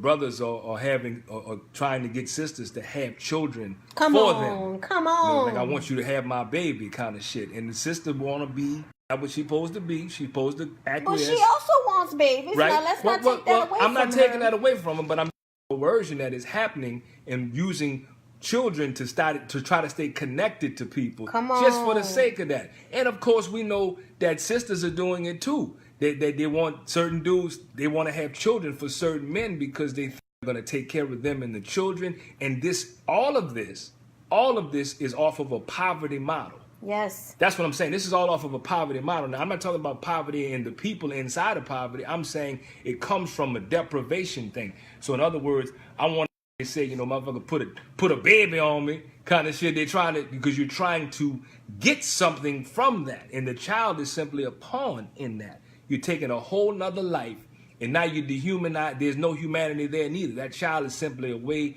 for you to either try to control the man, or for the man to try to control the woman, or stay connected, or whatever the case is for whatever reason. And it ain't even about that child. Because we're still operating from a deficit. So that's what we're talking about, the irresponsible sex power. What happens when you got irresponsible sex power, we end up creating children that are not really wanted for the sake of improving the line or improving the condition of our people, but rather to keep control and keep tabs and keep connections over somebody that we would rather possess. You know what I'm saying? So we're back to possession again. And so that's the conditional shit that when you can put children in there, you can also get a semblance of possession. And we're completely missing an opportunity and we're bringing children into the middle of that deficit model. So now the children really are in poverty, and then they're coming from poverty, and they're just going to continue the cycle because this is normative behavior. I hear Nzinga, my sister Nzinga said, don't forget about good hair, he cute. We're going to have a beautiful baby. Oh, shit. And Nzinga done put a whole nother thing in there. Now she's talking about some genetic engineering. Come on. That and it listen, gets deep. We will accept all of our warrior babies. We love our warrior babies. But the thing about it is when we are in a transactional relationship, that baby is a transaction instead of a human being. Right. You know, Radhika says, she said the child is a human all in his or herself. Right. You know, it's a whole nother... if you don't understand that you are making another human being with someone else, you know, this is more than half on a baby. Boy, that's very transactional, right? Let's go half on a baby. That's crazy, That's right? a whole record. You know, you motherfucker were bopping your head to it, singing in fucking whispers or wherever you was at, talking about, you know, half on a baby. And listen, how many people went half on a baby? How many people went half on a baby? And how much does the baby have to suffer when you know, we're having all kind of issues and all kind of problems in front of the children, and they are traumatized before they can even speak. I had a mama tell me today that the little boy was acting up because she said she believed he got PTSD because he was there while his daddy was laying hands on the mama. You know what I'm saying? And so look at the impact. He does have PTSD. He does have PTSD, and now he's had a certain response to that, and now she wants somebody to fix him without looking at how did he come to be in this condition, and that he isn't broken, but something has happened to him. You see what I'm saying? That's the cognitive dissonance that we're talking about. And I want to bring this up. We're not talking about, man, our people got cognitive dissonance. That's not what the fuck I'm saying. I'm identifying cognitive dissonance and saying that's only existing in the absence of having real solutions. Like, in other words, I can't figure this shit out, so we just gonna say this shit ain't even happening. Like, this shit ain't even real. That ain't what it is because I can't wrap my mind around it, so we just gonna say, it ain't that. You try to make too much of that. It ain't really that. No, motherfucker, it is that. You're just not able to articulate that, and you don't have an analysis on it, so you would rather pretend that that's not happening and it's not real. And that's what's happening when people talk about self-love. When you say, you know, you got to love yourself, and they do like this, because they really believe it isn't real. Right. They really believe, if it isn't real, then this transformation that I made in my life that is so real and not only impacts me but my children, you telling me that isn't real, because that's what was gifted to me. The Most High saying self-love. I had to figure out what that was. Yeah. Without somebody saying it's this or giving me a book on self-love, it's not like that. You can be inspired, but you have to find it for yourself. And so many of our people are completely in cognitive dissonance where you believe that it isn't real. You don't believe that everything you're searching for, you know, everybody's searching for, I just want this, God, I want this and that and the other. That if you find it in you first, right? Everybody wants this fairy tale kind of fucking love. But where we got that fairy tale shit from? That from the American scheme. Right? The American scheme tells us that you're supposed to do all this and that, and you're going to be in a fairy tale relationship. You're going to be a princess, and he going to kiss you, and he going to do this and that. You're going to wear a gown, a white gown, and everything going to be perfect. That's lies. And that's expectation. It is lies. Our Brother Shaq and our relationship, it took us years to get to the point where we are and we could love each other. Right. It took us years to get here. Right. From, you know, and the thing about it is we started around 28 years old. I talk about the cycles of 7, right? That's 7, that's 0 to 7, the 7 to 14, the 14 to 21, and then the 28 to 35 is a crucial time. And people's like, well, you just like, enough is enough. I'm not doing this no more, right? So we started at that time. Just imagine if a child can come out of the womb and understand self-love. Imagine if young people, pre-adolescents and teenagers understood what self-love really is and was already on that journey. Right. You know, because listen, America tells us the opposite of self-love. They tell you ain't nothing. They tell you should, you are hated, and you are hatred. You know, you are no good, you're dark, you're not lovable. And so we have to teach it and instill it in our children from the womb, from conception. That sexual magic when we conceive children has got to be with the understanding that that child would learn to love themselves and come straight from the womb loving themselves. But just wait now. We can't do what you're what she's proposing if we haven't done it for ourselves. That's not a transaction. So in other words, you experience a transformation, and it actually does change you. You change form, and you're not as you were. You're not the same, and you're able to move in the world forward because of that transformation, and that's going to impact the lives of everyone that you come in contact with, as well as those lives that you co-create. So that's why we say we need you well, because in order to do that, you have to be well. Yes. We have to get you back to your humanity, and that's why I say that if hurt people, because we all know that that's true. I said, well, imagine what healed people can do for our people. Healed people. Yes. Like, think about that.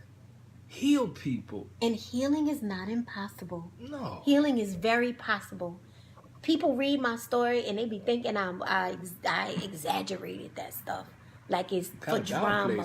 I downplayed much of it. Yeah. There were so many things that I could not add for fear, of breaking down families and stuff. There were things that I could not add in there. So it was downplayed. And so listen, I'm saying that go ahead if you need it. I'm saying that healing is right there for it. It has to be. It has to be right there. We are the descendants of the original people on the planet. Mm-hmm. We are the most powerful, and we are the most dominant. Right. Please understand, genetically, but in superior in many, many ways. If we can't heal ourselves, I'm not even going to say if we can. We must. We can. Listen, I have, Brother Shaq has me on our way. So we need, when we have these every Tuesday and every Saturday, we're saying essentially the same thing. Love yourself, sister. Love yourself, brother. Find that for yourself to understand it. That's right. It'll literally change your life and the life of everyone that you come in contact with. Because what we're doing every day, family, whether or not we are cognizant of it, is that we are creating our legacy every single day. When I talk to people, and I'm fortunate to have the opportunity to do that frequently, hundreds of people, however many are there, a lot of the times in those talks, I early in the conversation, I said, listen, we're all going to die.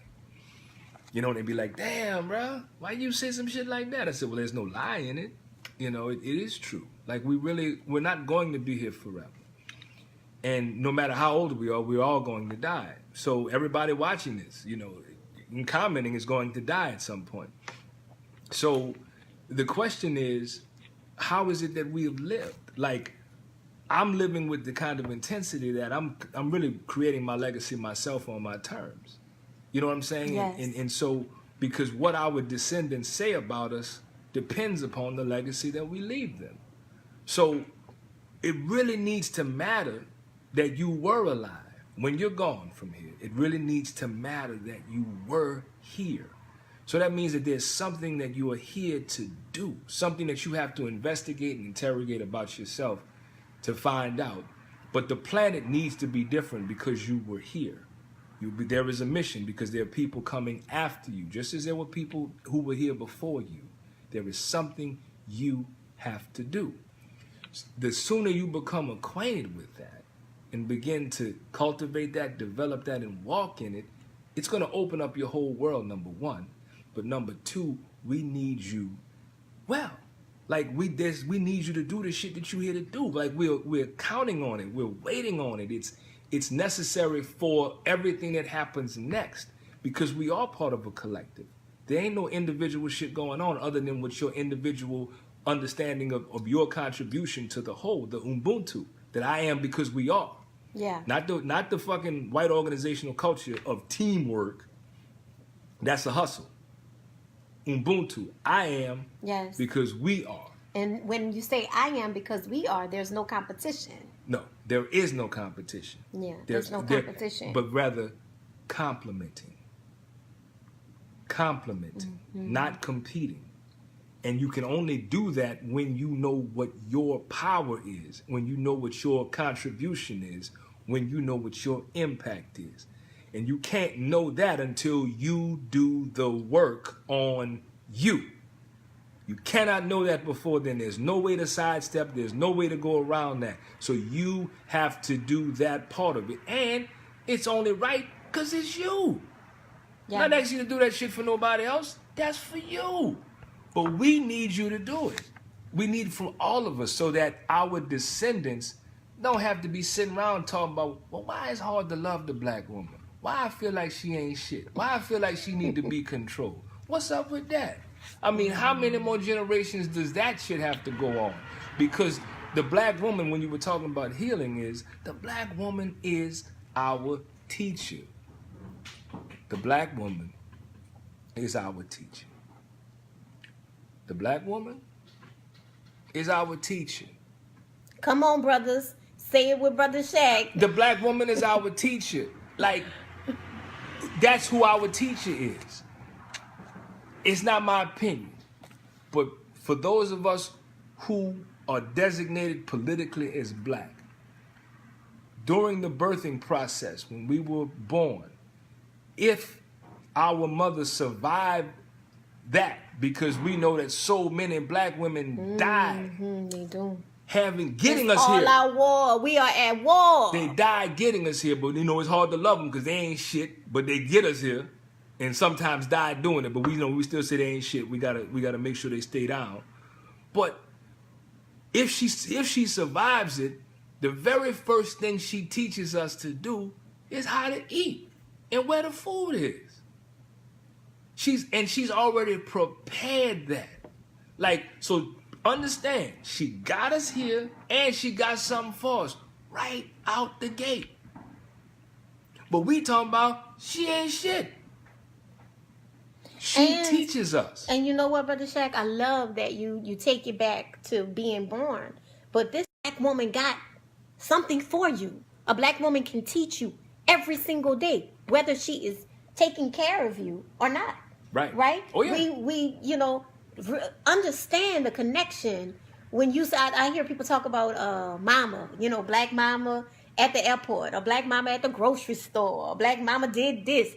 She went in her pocket and gave me money. I didn't have enough for the groceries. I didn't have enough. She is always teaching what it is to love. Right. And so, this a wonderful night, a wonderful conversation. My sister Tracy Elizabeth said, living healed is a job daily, right? Right. And I don't want to change the subject, but I do want to get into some solutions. And we've been talking about solutions the whole time, self-love being the main one. But I think if we woke up every morning and said, how am I going to love myself today? And even more so, how am I going to love myself all day? Like you have that. What does it look like? Loving yourself is action. Love is an action word. Right. Loving yourself is what you do. I want us to talk about the brilliance of the black woman, but listen, the black man is also brilliant. Absolutely. When he understands who he is and he knows who he is and he loves who he is, he's a brilliant person, brilliant thing. He's a teacher too. We are complementary. We understand that. So how do we go about this daily understanding of self-love? Daily. Mm-hmm. I talked about all the time, is this me loving myself or not? All the time. I think people get confused about that. I'm talking about every single choice. Right. Every single choice. Am I going to drink this? Am I going to be on my phone right now? Am I going to, sidestep a shower because of that? I mean, who knows? And it looks different every single time. Mm-hmm. So living healed, living and loving yourself is a job daily. You cannot afford to take off. Once you get it, you don't want to be nowhere else. Right. I think me and Brother Shaq was talking about something about who loves you the most, or who loves who the most. Right. At the end of the day, I love me the most. That's right. I love me the most, and it's okay. You should be happy that I love me the most. Right. And that doesn't mean that I'm ever going to be selfish with you. Right. I'm never going to be selfish with you. That's right. I'm always going to make sure that I'm protected and that you're protected. Right. And I'm not doing any harm to me, and I'm not doing any harm to you. Right. Likewise. In the loving yourself part of it, there's something worth mentioning too. The idea that as black people, we need motivation, or we're motivated black people, and that we need some kind of motivation to love ourselves. And I want to say that that is a very dangerous idea. That if you need motive, in fact, under someone else's authority, under somebody else's control, because motivation is an external thing happening. So to love yourself requires that you draw upon inspiration. And so the inspiration is the part that you don't see. It's in spirit. That's what that SPIR is, spirit. And that's about the breath and what keeps you alive, and evidence of your living in your essence is your spirit and your breath. And so to be inspired, that comes from inside of you, and that's what instructs the ways in which you love yourself. You cannot do that if you haven't cultivated it. In other words, there's nothing to draw on if you haven't been there, if you haven't acknowledged what's there. So, how do you do it? You do it by interrogating or investigating the truth of who you are. Yes. It's your responsibility, and well within your capacity, because it is you. And it's a journey. It's not an event. And so it ain't about being motivated to do the shit like that's the hot shit to do. It's trending to be, I love myself, I'm motivated, watch me go do this. That's some bullshit. Because it's transactional.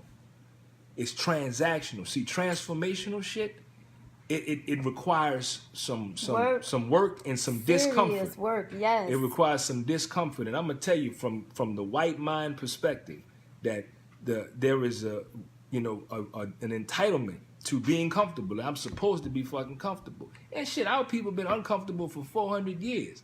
So I know it don't sound great. I'm saying, you're gonna be uncomfortable doing this shit.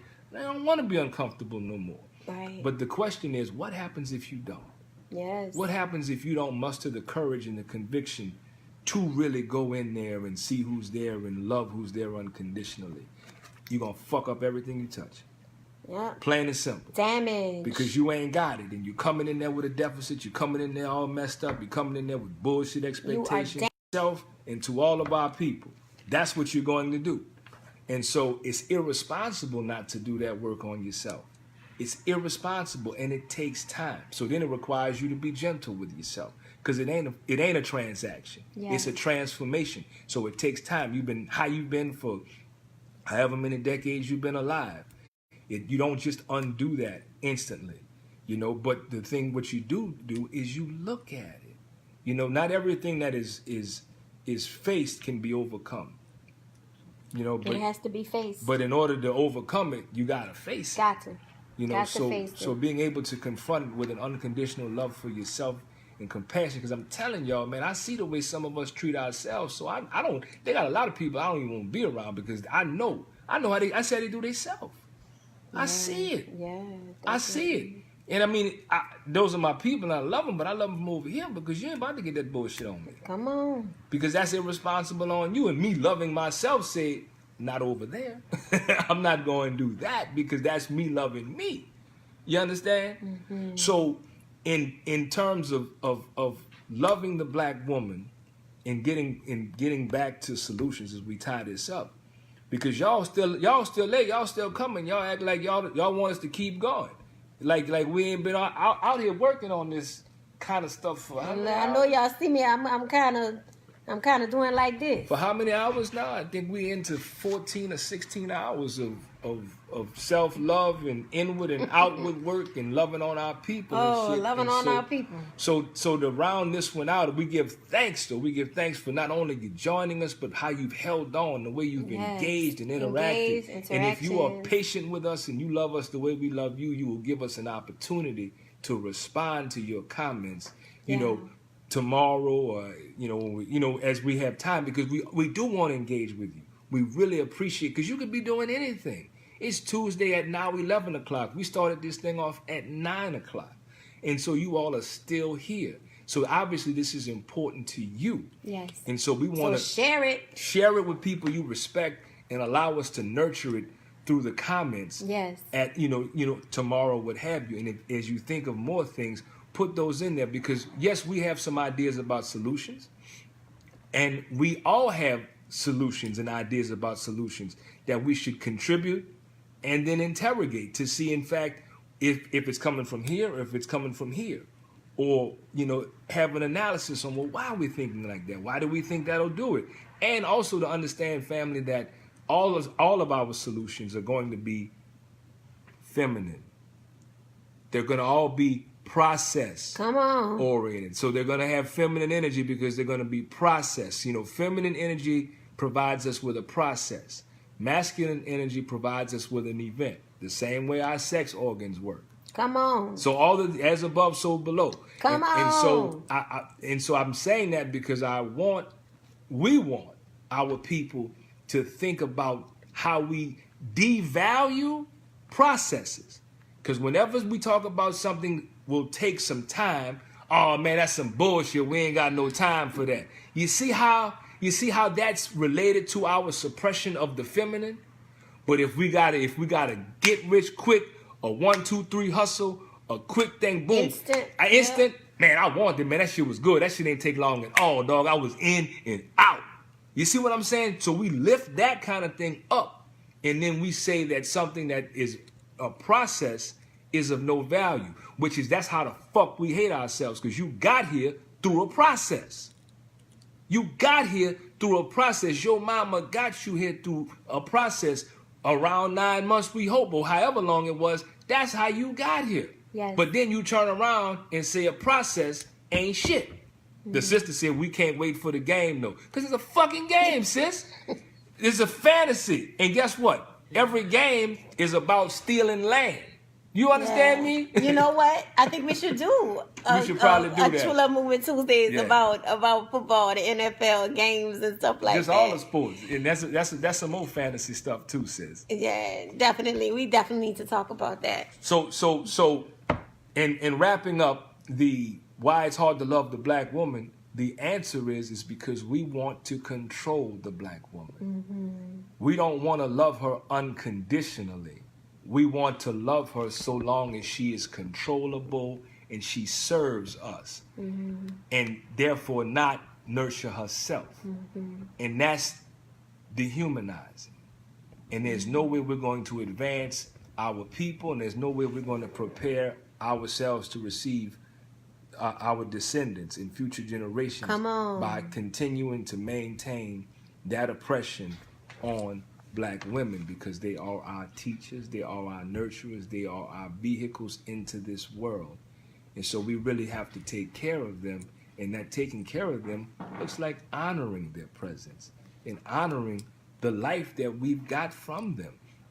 That doesn't mean that we dishonor and disrespect our fathers, because this is a both and. This ain't an either or. That's right. We're not lifting up the black woman over the black man. We are recognizing the yin and the yang, the balance, the masculine and the feminine, the halves of the same whole, that circle of life that has produced every single one of us who is watching this, commenting on this, and from the beginning of time. So we ain't talking about somebody that just came on the block. The black woman is ancient. You know what I'm saying? And we come from her. So it's hard if it's hard to love her, that means it's hard to love us. That's right. Because we come from her. And we start off, if I remember correctly, we all start off as female, as XX. So man, look at the power in that. We could have started off any old kind of way. You know what I mean? So there's all kinds of cues and clues about the necessity of the black woman, and it is my estimation that because of that known power, the sheer power of that, we want to control it.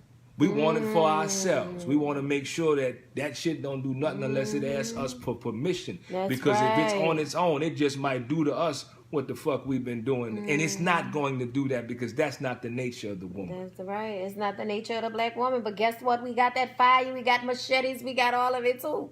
Yeah. So y'all, you know, but love I is not hear soft. You. I mean, love is not like getting fucked over. Like, I don't want people thinking that. But I'm just saying, like, that's what's happening. People, you know, women are saying no. Right. Finally, are standing up and saying no, and men are getting scared. A lot of people use the word scared or fear and all those things. Or and fragile. We don't want to hurt you. We want, you know, love. Right. That's what we want. We want to be respected and honored and treated like a human being. That's all. And in full disclosure, the reason why, in my estimation and in my work, So I'm going to bring that into it in some analysis, not give you my opinion. But in my estimation, the reason why that's such a scary prospect about loving a black woman is particularly for black men is because we don't even love ourselves, man. You know, we haven't done that collectively because we've bought into the narrative that we've been socialized in, that we are monsters, that we ain't shit niggas, that we this and we that. Bad. We're bad, we're Yes. criminal, we're all sorts of things. Evil. Like inherently, like we bought into that, and so that makes us unlovable. So now you asking me to love this black woman, that's too much work to do. I just rather fuck her. You understand? I want to get something from her. I don't want to love her. That's too much to do, man. It ain't worth all that. You see what I'm saying? And that comes from a place of lack and deficit, because if you felt fulfilled and you felt whole and complete, you would naturally be compelled to express that and recognize that in our sister. And it's not easy. No. It's not easy. You know, black women we are hurting and we've been hurt. But, you know, in your you love me, Brother Shaq. Absolutely. It's not easy, is it? But it's so worth doing. I mean, what's not easy is hating myself. Yeah. See, hating myself is not easy. You know what I'm saying? Mm-hmm. That's not easy. Because how the fuck I'm going to keep living hating myself? What kind of life am I going to create and produce if I hate myself? If I hate me? And so if I hate me, then I hate everybody associated with me. I hate what comes from me. Mm-hmm. What kind of shit is that? That means if that's the case, then I'm a danger to every fucking body. Mm-hmm. See how irresponsible that is? So I'm going to sit and wallow in that? So I have to investigate, interrogate, well, who I am. Who am I? Why would I hate myself? What is that about? Who am I is the question. As Baba Malcolm said, who question. taught you to hate yourself? Yes. Like, this has been a multi-generational program to serve a particular need that has got us into this shit. But it ain't enough just to say that. As long as the black family is destroyed, they knew that. They knew if they destroyed the black woman's mind and womb, and if they destroyed the black man's heart, you know, you destroy the whole black family. Which makes the black people very controllable. And someone said that. It makes them sick. Somebody said that there was, I'm going to try to find that quote, family, but I read something many years ago where this white man who was a philosopher or a doctor, educator, somebody who was revered and respected, that said black people are the lady of the races. Check out that overarching patriarchal perspective, that black people are the lady of the races. Check that shit out.